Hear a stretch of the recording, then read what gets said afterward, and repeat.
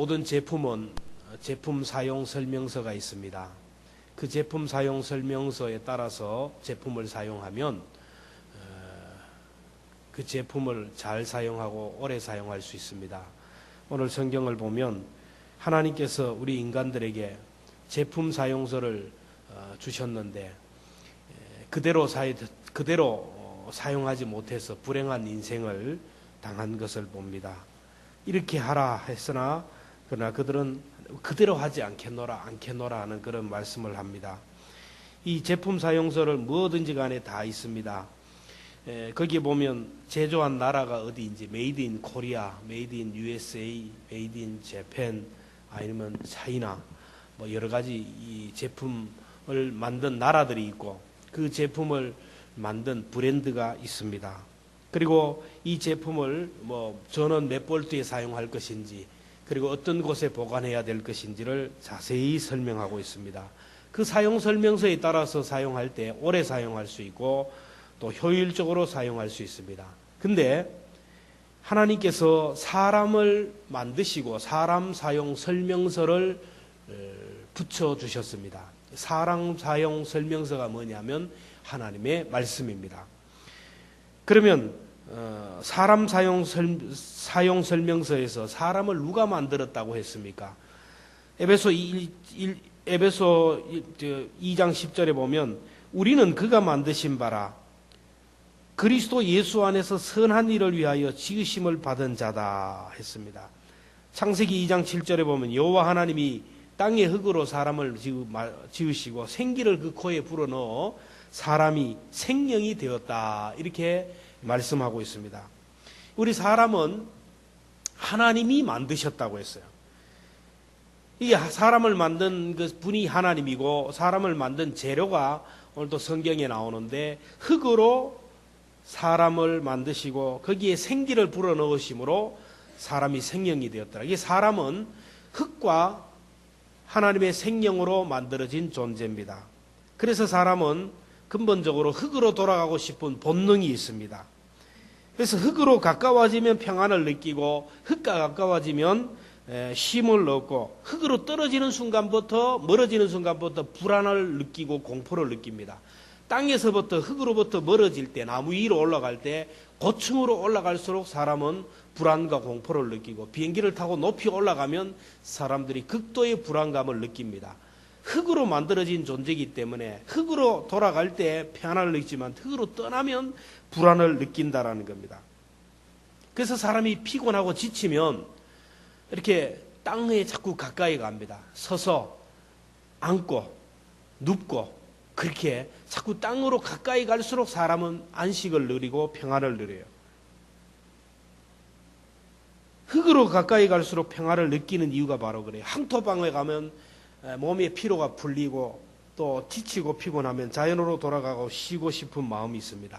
또 사람은 흙으로 만들어졌기 때문에 물에 들어가면 참 약합니다. 남자들은 물 속에 찜질방, 탕 속에 들어가면 팍 퍼지지만 이 여자들은 갈비뼈로 만들어져 가지고 탕 속에 들어가도 안 퍼져요. 그래서 남자들보다 2시간, 3시간 있어도 잘 버티는 이유는 남자는 흙으로 만들어 가지고 물 속에 들어가면 뜨거운 데 들어가면 그냥 퍼지는데 여자들은 뼈로 만들어져 가지고 이렇게 오래 목욕을 가도 여자들보다 오래 남자들보다 오래 목욕탕에서 버티는 것을 볼 수가 있습니다. 어쨌든 사람은 무리하면 안 됩니다.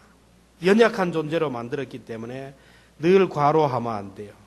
그래서 자연을 가까이 하면서 살아야 됩니다. 하나님이 사용할 우리 사람 사용 설명서에서 낮에는 열심히 일하고 밤이 되면 쉬라고 하셨습니다. 그래서 어둠을 주셨습니다. 밤도 없이 무리하게 일하면 사람은 상하게 되고 병들게 됩니다. 일주일에 하루는 모든 일을 멈추고 푹 쉬라고 하나님 앞에 예배하라고 안식일을 주었습니다. 밤에는 쉬고 주일은 쉬면서 하나님 앞에 예배할 때 영육간에 건강하게 됩니다.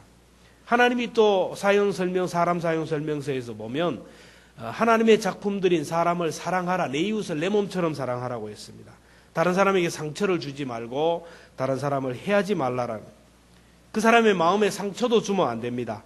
상처를 주면 결국 하나님의 작품에게 상처를 주고 기스나가기 때문에 하나님이 그냥 두시지 않아요.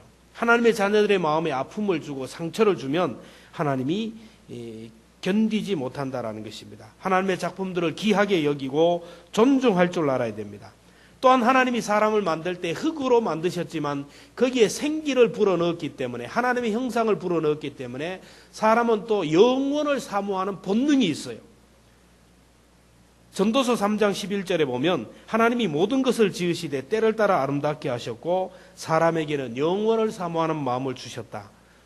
영원을 사모하는 욕구와 본능이 있어요. 그래서 사람은 영원히 살고 싶은 마음, 천국에서 살고 싶은 그런 마음들이 있습니다. 인간을 히브리어 원어로 안드로포스다, 위를 바라보는 존재라. 동물들은 영혼이 없기 때문에 땅만 바라보고 살다가 땅으로 돌아가면 끝나는 거예요. 하늘을 나는 독수리들이 막 창공을 날아가니까 막 이상적으로 보이지만 그 하늘을 날면서도 그 독수리 눈이 얼마나 아주 그 눈이 좋습니까? 천리안 눈. 쫙 조리개를 당겨가지고 보는 거는 이 아름다운 세계를 보는 게 아니고 땅에 쫙 졸여와서 어디에 지렁이가 없나 개구리가 없나 먹을 자기 먹을 본능, 땅의 것만 쫙 찾아가는 거예요. 뱀이 어디 없나 이것만 찾는 겁니다.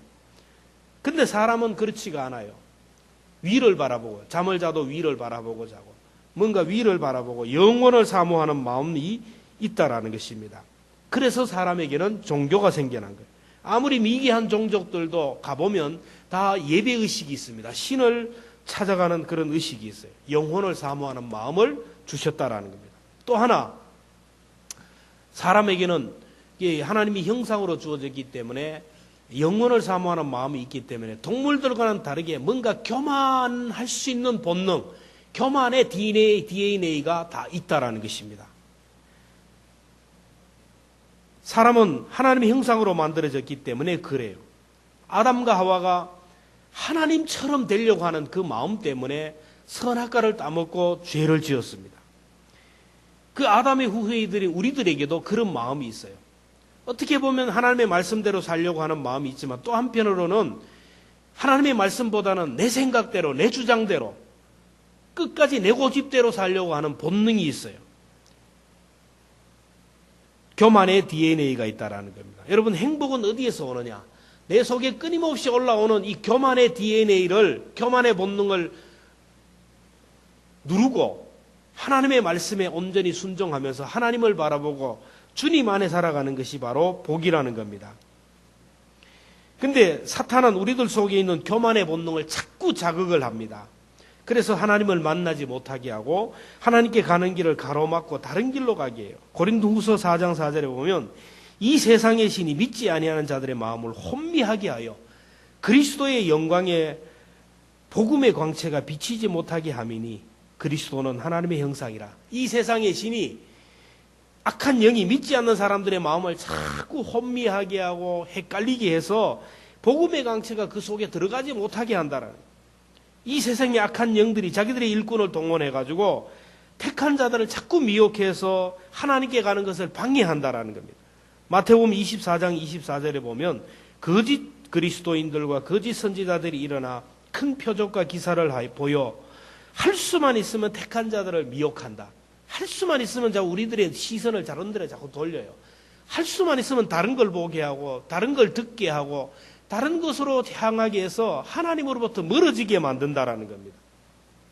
그래서 하나님께서 우리에게 행복한 길이 어디 있는지, 어떻게 하면 행복하게 살 것인지, 이 행복의 매뉴얼을 우리에게 주셨어요. 우리 심령의 평안을 얻고 샬롬을 얻는 길, 우리들이 행복을 얻고 토부를 얻는 길에 대해서 오늘 말씀합니다. 16절에 보면 너희는 길에 서서 보며 옛적 길고 선한 길이 어디인지 알아보고 그리로 가라. 너희 심령이 평안을 얻으리라.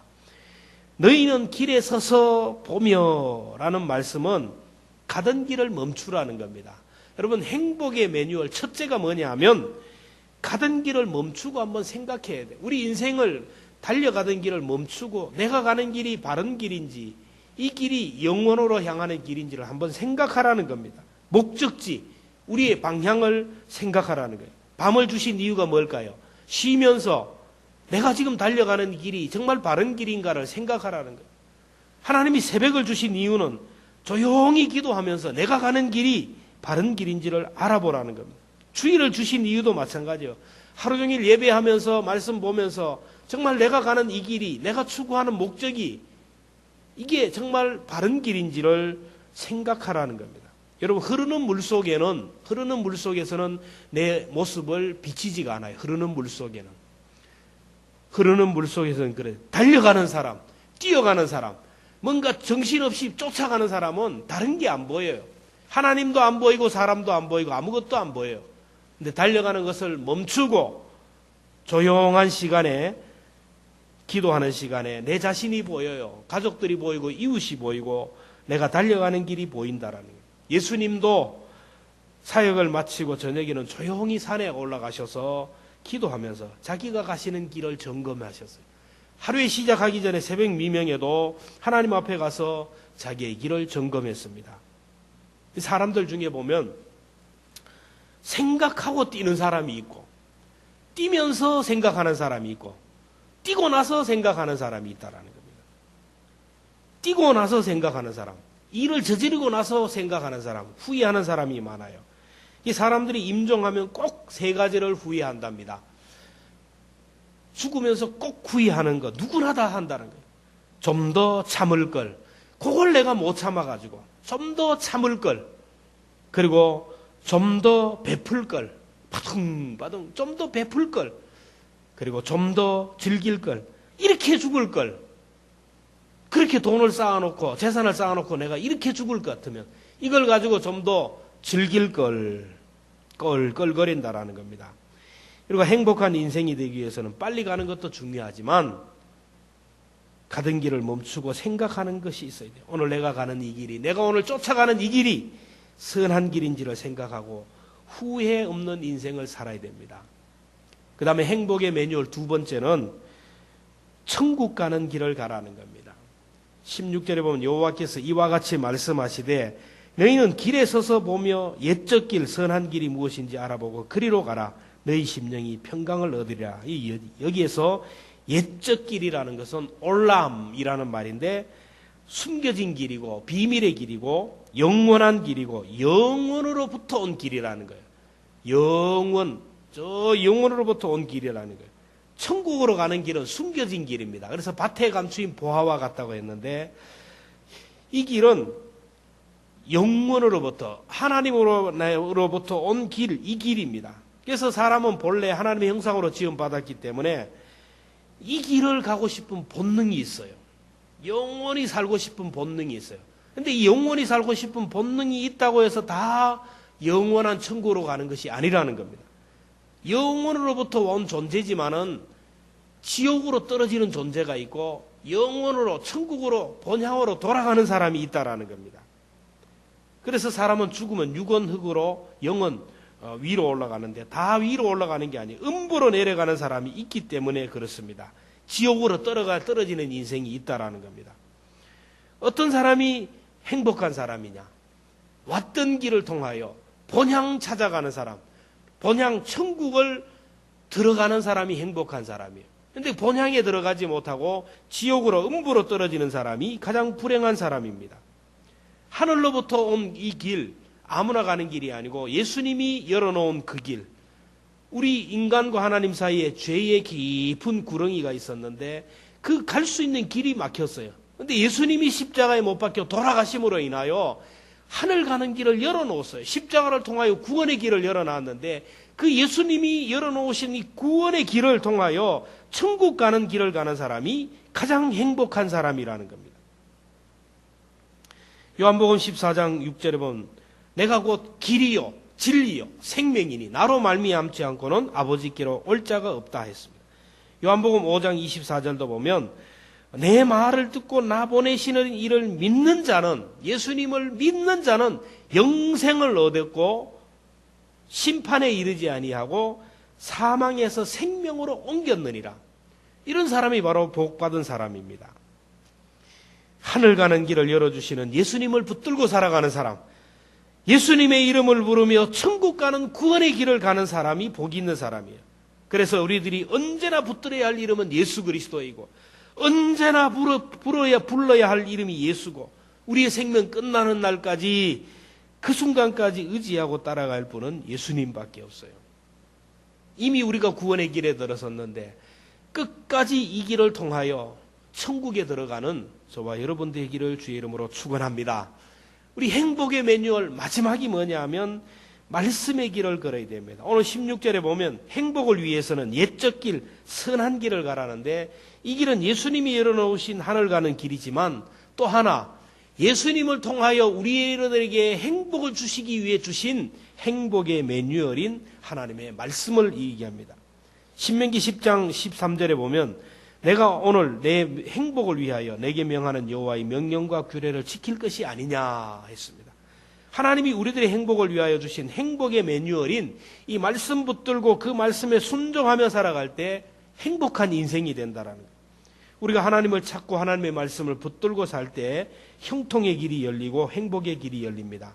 반대로 하나님이 주신 행복의 매뉴얼, 말씀대로 순종하려고 하는 마음이 있는가 하면 또 하나 이 말씀을 벗어나고 반대로 살아가고 싶은 이 교만의 본능이 오늘 우리에게 있어요. 교만의 DNA가 있는데 이걸 거부하고 살아가는 사람, 이걸 누르면서 하나님의 말씀대로 살아가는 사람이 복 있는 사람입니다.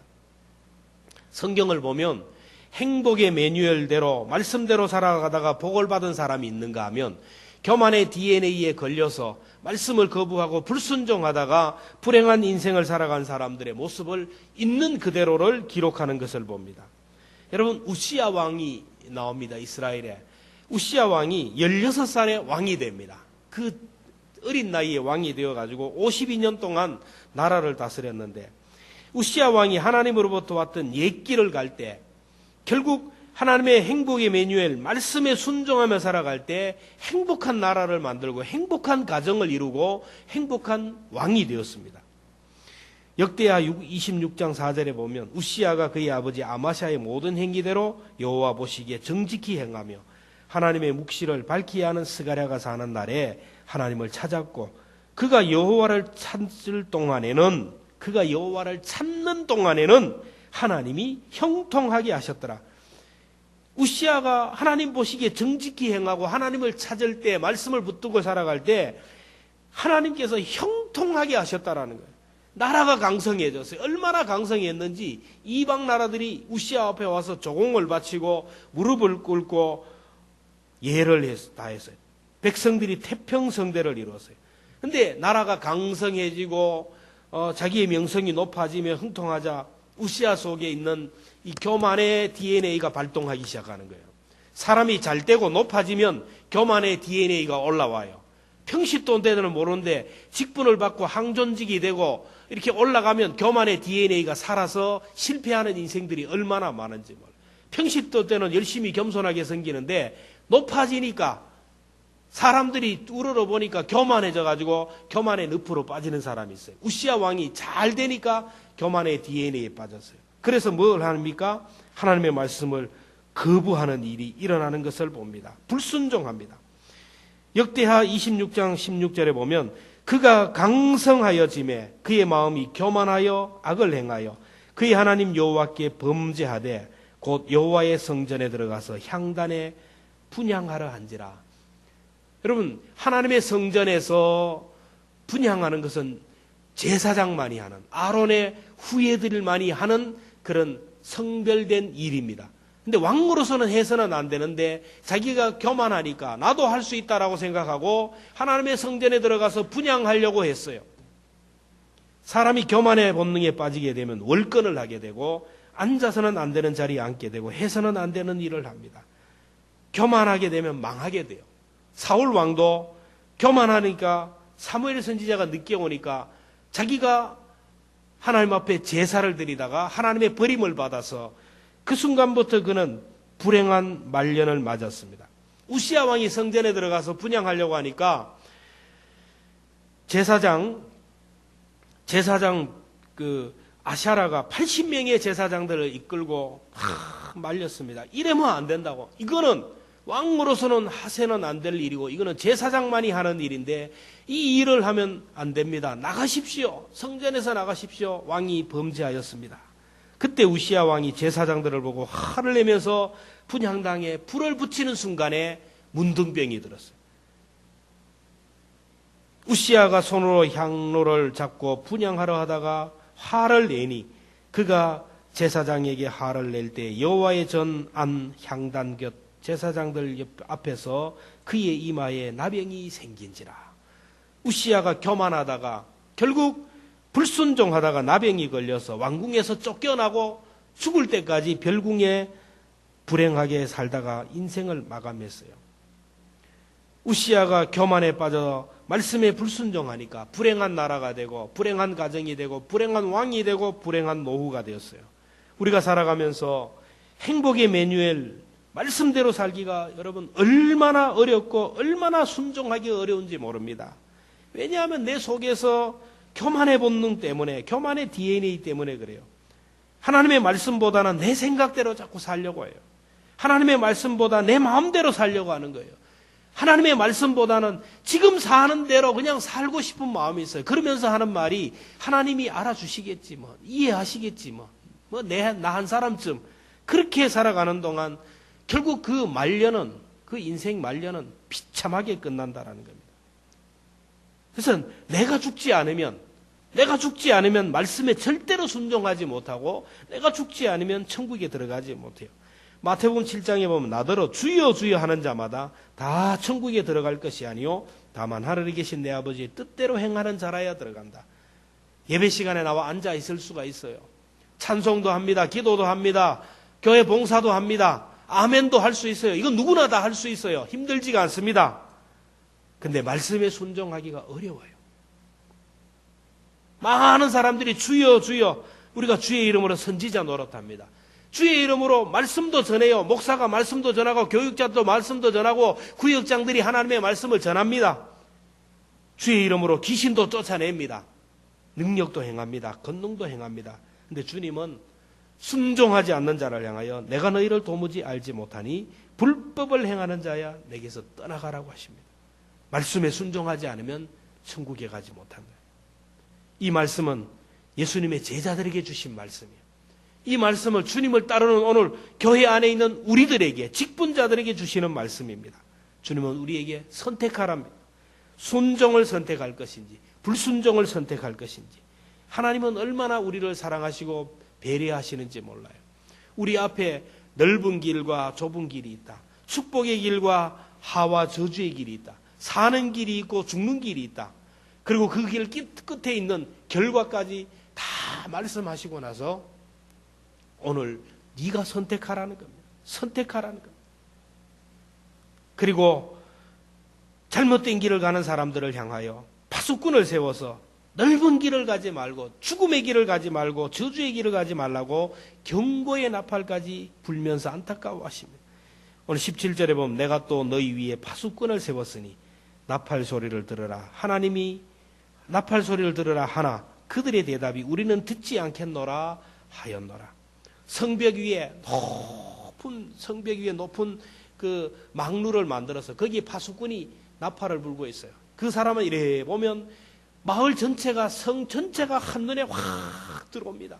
성 안에 있는 사람은 몰라요.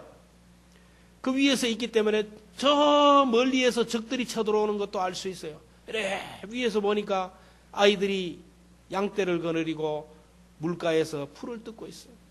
근데 이쪽에 보니까 거기 사자가 삼킬 거기 위해 사자가 노리고 있는 거예요. 그러니까 파수꾼이 나팔을 불면서 위급한 나팔을 부니까 이 목동이 양들을 데리고 막 피난을 하는 거예요. 살 길이 열리는 거예요. 나팔을 불 때 그 소리를 듣고 빨리 대비해야 되는데 그냥 있다가는 죽는 것입니다. 파수꾼이 이래 보니까 적들이 쳐들어오고 있어요. 그럴 때 나팔 소리를 붑니다. 경고의 나팔을 불면 성 안에 있는 사람들이 막 한 곳에 모입니다. 모여가지고 준비를 합니다. 대비를 하고 그리고 군사들을 동원해가지고 그 적들을 물리치기 위해서 준비를 하는 거예요. 그럴 때 생명을 구하는 거예요. 그래서 파수꾼이 성루에서 부는 나팔은 다 달라요. 군에 보면 알잖아요. 군인들이 잠잘 때 부는 치침 나팔 소리가 달라요. 치침 나팔 소리를 들으면 그 누구도 잠이 오게 만들어놔요. 희한하게 나팔 소리면 잠이 오는 나팔 소리예요. 아침에 부는 기상 나팔 소리는 자다가 벌떡 깨게 하는 빰빠라빰 하면 막 크게 불러요. 적들이 들어올 때 부는 나팔 소리가 달라요. 다 달라요. 오늘날 하나님께서 교회마다 주의 종들을 통하여 나팔 소리를 붑니다. 때로는 회개를 촉구하는 강력한 회개의 나팔 소리를 불고, 경고의 나팔 소리를 불기도 하고, 때로는 위로의 나팔을 불고, 때로는 격려의 나팔을 불고, 그런 나팔 소리를 들을 때 그 소리를 듣고 대비하고 준비하고, 잘못된 길을 갈 때 잘못된 길을 간다고 회개하라고, 말씀의 길로 돌아서라고 할 때 그 길을 돌이키고 가면 살지만은, 그러나 그렇게 하였지만은 그들이 듣지 아니한다. 안 듣는 거예요. 안 듣는. 니는 그래라는 거예요. 니는 10년 20년 믿으면서 끝까지 선포하는데 나는 안 변하는 거예요. 내 오직 그대로, 내 주관 그대로, 내 살아가는 그대로 그 길을 향하여 멸망의 길을 가고 있다라는 것입니다.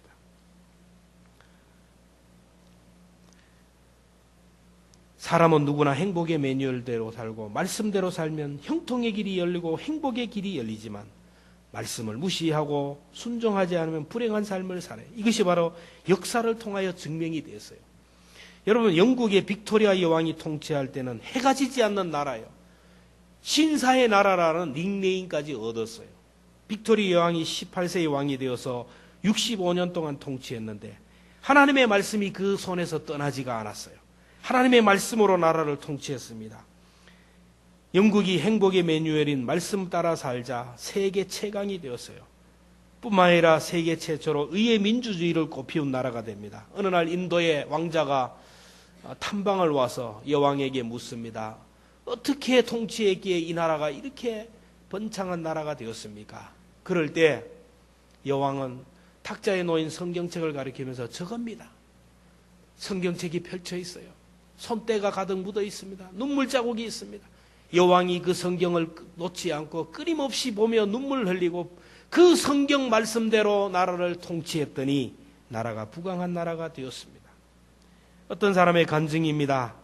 나는 어릴 때 할아버지 방에서 같이 자면서 자랐는데 할아버지 손에는 늘 성경책이 들려져 있고 할아버지는 늘 성경책을 읽는 분으로 기억이 됩니다. 돋보기 안경을 보면서 안경으로 성경을 늘 보고 성경이 너덜너덜한 할아버지만 생각하면 성경이 생각납니다. 그러다 할아버지가 돌아가시고 아버지와 같이 지냈는데 늘 아버지만 생각하면 아버지는 새벽마다 일어나서 새벽기도 하는 분입니다. 비가 오나 바람이 부거나 눈이 도나 언제나 새벽에 새벽기도 하고 돌아와서 우리 아이들을 위해서 자녀들을 위해서 기도하는 우리 아버지가 기억납니다. 근데 내가 지금 할아버지가 되어서 그 할아버지의 자리에 내가 섰는데 내 아들이 나를 생각할 때 어떤 아버지로 생각하고 내 손자 손녀들이 나를 어떤 할아버지로 생각할지 지금 내가 자신이 없습니다. 그렇다면 여러분들은 여러분의 자녀들에게 어떤 아버지 어머니로 기억이 됩니까? 손자 손녀들에게는 어떤 할아버지 할머니로 기억이 됩니까?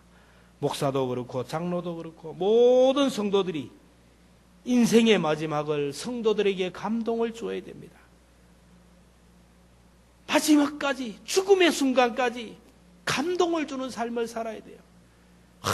정말로 하나님을 사랑하는 분이고 예배에 목숨을 거는 분이고 정말로 죽으면 죽으려는 각오로 일생을 하나님 앞에 불태운 하나님을 위한 하나님의 사람이었다고 그렇게 좋은 기억이 되면 그분이 젊었을 때 사역하고 말씀했던 그 말씀이 성도들의 가슴에 확 살아있을 거 아니에요.